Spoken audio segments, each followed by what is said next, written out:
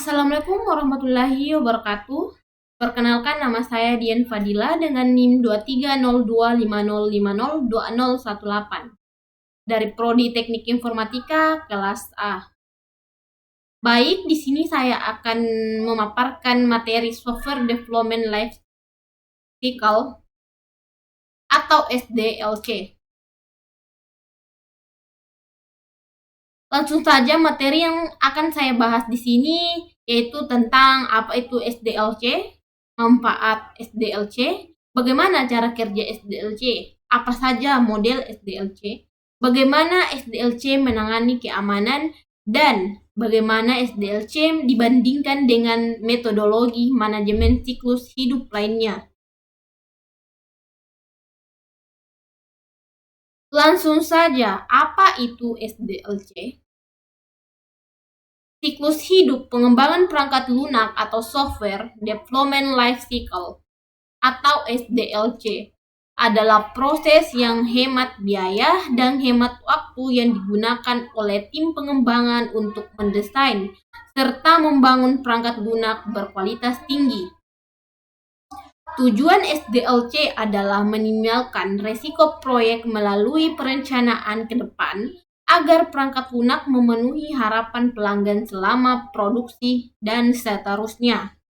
Metodologi ini mengurangi serangkaian langkah yang membagi proses pengembangan perangkat lunak menjadi tugas yang dapat ditetapkan, diselesaikan, dan diukur.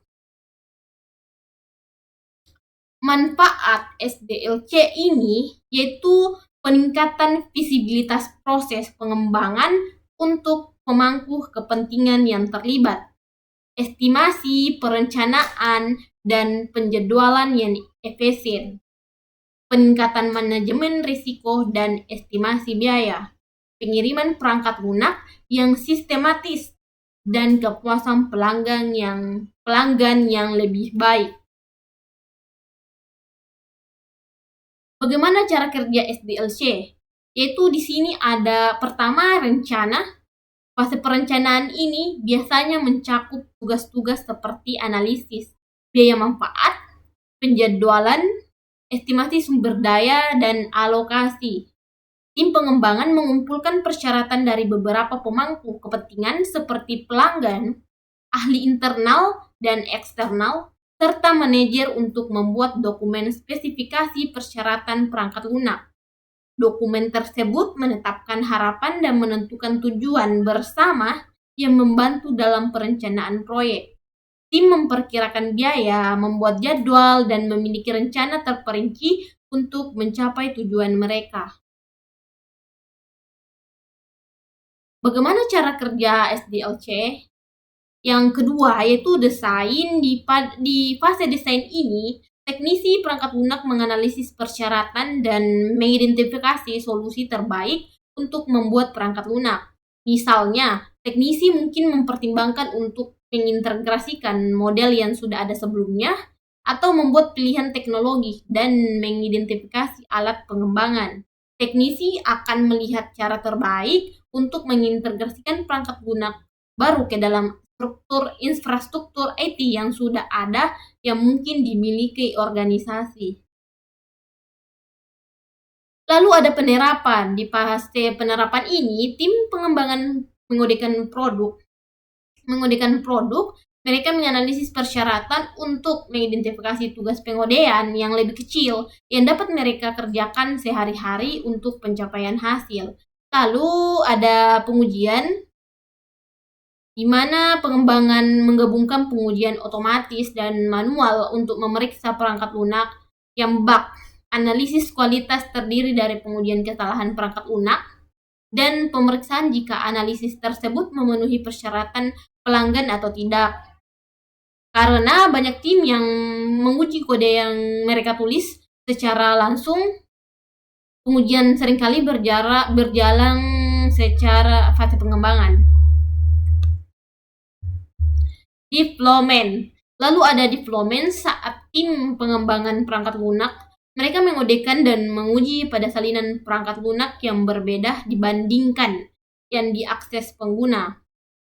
Perangkat lunak yang digunakan pengguna disebut produksi, sementara salinan lain berada di lingkungan build atau lingkungan pengujian. Memiliki lingkungan build dan produksi yang terpisah memastikan bahwa pelanggan dapat terus menggunakan perangkat lunak meskipun sedang diubah atau ditingkatkan. Fase development mencakup beberapa tugas untuk memindahkan salinan build yang terakhir ke lingkungan produksi seperti pengemasan, konfigurasi lingkungan, dan pemasaran. Lalu ada pemeliharaan. Pada fase pemeliharaan ini, di antara tugas lainnya, tim memperbaiki bug, menyelesaikan permasalahan pelanggan, dan mengelola perubahan perangkat lunak. Selain itu, tim pemantau semua sistem performa, keamanan, dan pengalaman pengguna untuk mengidentifikasi cara baru dalam peningkatan keberadaan perangkat lunak. Apa saja model SDLC? Model siklus hidup pengembangan perangkat lunak atau SDLC secara konseptual menyajikan SDLC secara terorganisasi untuk membantu organisasi mengimplementasikannya. Lalu, model yang berbeda mengatur fase SDLC dalam urutan kronologis yang bervariasi untuk mengoptimalkan siklus pengembangan. Beberapa model SDLC diantaranya itu ada model waterfall, iteratif, spiral, model tangkas, dan model agile.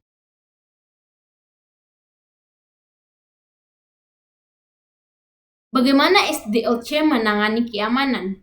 Dalam pengembangan perangkat lunak tradisional, pengujian keamanan merupakan proses terpisah dari siklus hidup pengembangan perangkat lunak. Tim keamanan mungkin menemukan kelemahan keamanan hanya setelah mereka membangun perangkat lunak.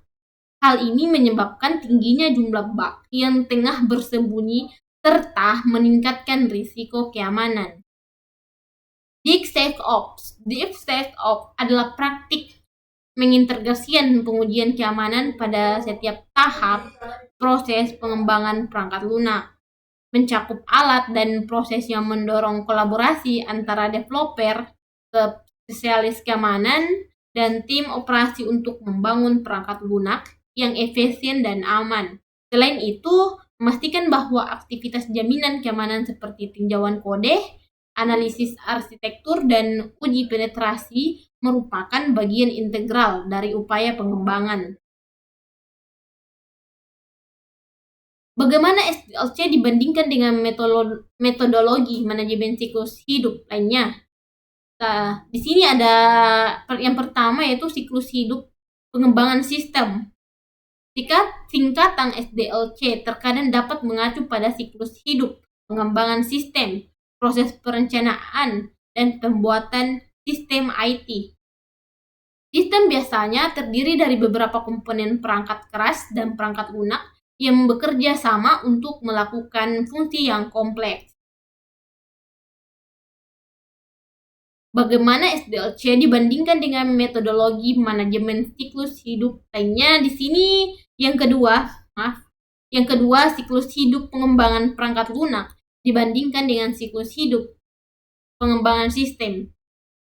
Siklus hidup pengembangan perangkat lunak hanya membahas pengembangan dan pengujian komponen perangkat lunak.